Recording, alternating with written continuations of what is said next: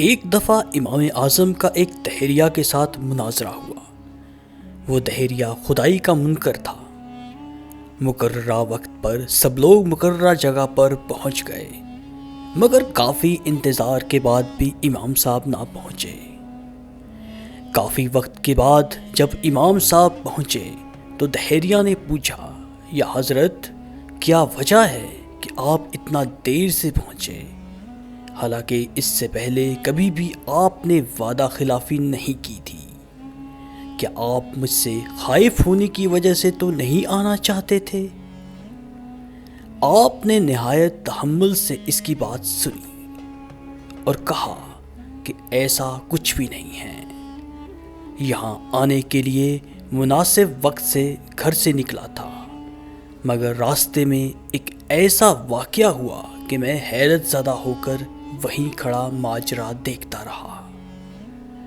اس دہریہ نے پوچھا کہ کیا آپ وہ واقعہ مجھے بتائیں گے جس کی بدولت آپ نے ہمیں اتنا انتظار کروایا؟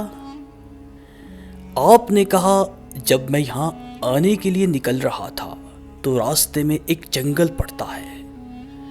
جب میں اس جنگل سے گزر رہا تھا تو میں نے دیکھا ایک درخت خود بخود کٹ کے گر گیا، اور پھر خود بخود ہی اس درخت کے تختے بن گئے، اور دیکھتے ہی دیکھتے ان تختوں سے ایک کشتی بن گئی، اور وہ کشتی بنا کسی ملاح کے ایک دریا ایک کنارے سے مسافروں کو بٹھا کر دوسرے کنارے پر آنے جانے لگی۔ بس مجھے یہ سب ماجرا دیکھتے دیکھتے دیر ہو گئی۔ یہ سن کر وہ دہریہ ہنسنے لگا اور کہنے لگا، یا حضرت، میں یہ نہ جانتا تھا کہ مسلمانوں کا امام اتنا بڑا داستان گو ہوگا۔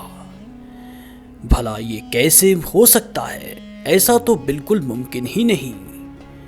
اس پر امام نے کہا، اگر ایک درخت خود بخود کشتی نہیں بن سکتا تو بتا کہ اتنی بڑی کائنات کس طرح ایک خدا کے بنا چل سکتی ہے؟ اس پر وہ دہریہ لاجواب ہو گیا اور امام ابو حنیفہ نے مناظرہ جیت لیا۔